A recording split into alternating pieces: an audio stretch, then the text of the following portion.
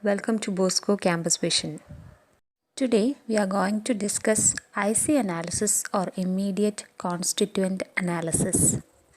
IC analysis or immediate constituent analysis is a structuralist tool for syntactic analysis.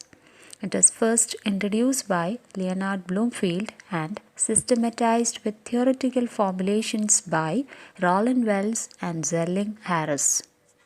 IC analysis aims at analyzing each utterance into the smallest meaningful units possible. The principle involved is that of cutting a sentence into two, further cutting these two parts into another two, and continuing the process of segmentation till the smallest meaningful units. Morphemes at the morphological level and words at the syntactic level. These units at the last level are called the ultimate constituents. Consider the construction. The boys walked slowly. We can cut the sentence into two natural divisions, the boys and walked slowly. In other words, we can say that the sentence, the boys walked slowly, consists of the constituents, the boys and walked slowly. The constituent, the boys, can be again cut into two natural divisions, the and boys. Boys consist of the constituents boy and s. Walked slowly consist of the constituents walked and slowly. Walked can be further subdivided into smaller constituents walk and ed. Slowly consists of the constituents slow and ly. The information can be displayed in the form of a tree diagram. At each stage of division, the two constituents are called the immediate constituents or ICs of that particular construction. Thus, the boys and walked slowly are the ICs of the whole sentence. The and boys are the ICs of the boys and so on.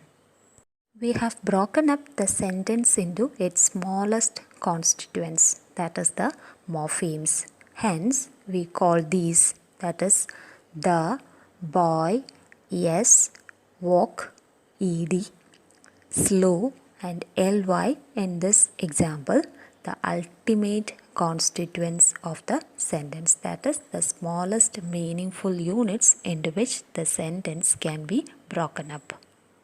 A construction may be defined as any significant group of words or morphemes. A constituent is any word or morpheme or construction which enters into some larger construction, that is, forms part of a larger construction. So, we can say that the example, the boys walked slowly, is a construction composed of the constituents, the boys and walked slowly. Again, the boys is a construction whose constituents are the and boys and so on. What are the major advantages of IC analysis? IC analysis graphically displays the layers of relationships in a sentence by analyzing it into its units. It analyzes how the constituents are hierarchically organized to form the sentence. Now let's take a look at the limitations of IC analysis. Constructional homonymy or the problem of ambiguity. IC analysis cannot account for constructional homonymy. What is this constructional homonymy? There are constructions which are outwardly identical but with different structures and different meanings.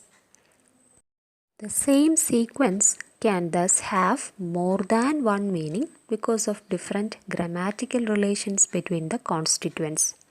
That is, the same category functioning differently. For example, consider the construction hunting dogs. This construction has only one IC analysis. but it can have two meanings.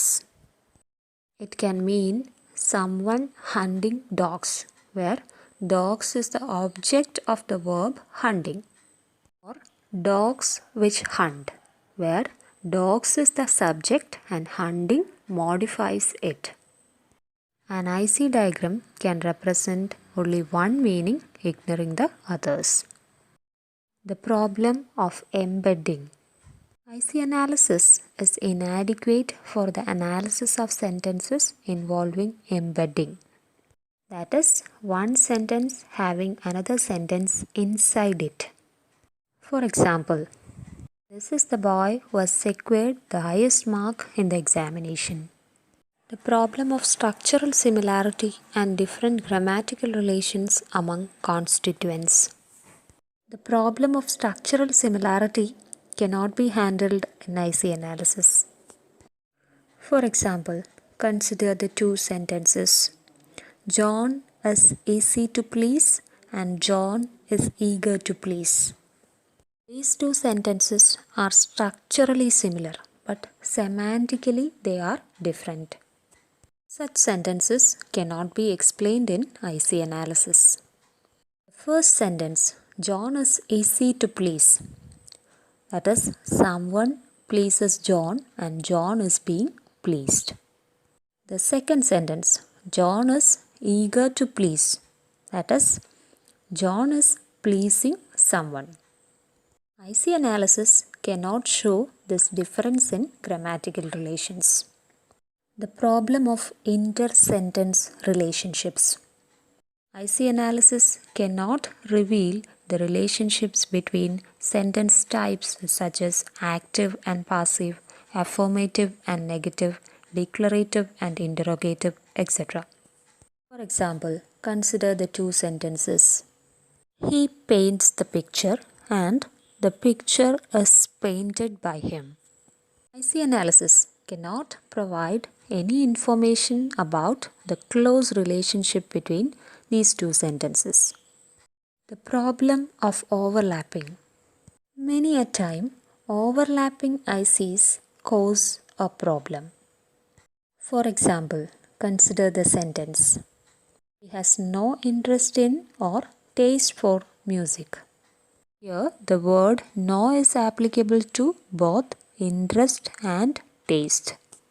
But it is not possible to show this in IC analysis. The problem of understood elements. IC analysis fails to show understood elements. For example, in please come in, you is understood, but there is no way of showing this understood element in IC analysis. These are the major limitations of IC analysis. Here is the work for you. Please do complete the work and post it in the WhatsApp group. Thank you for paying attention.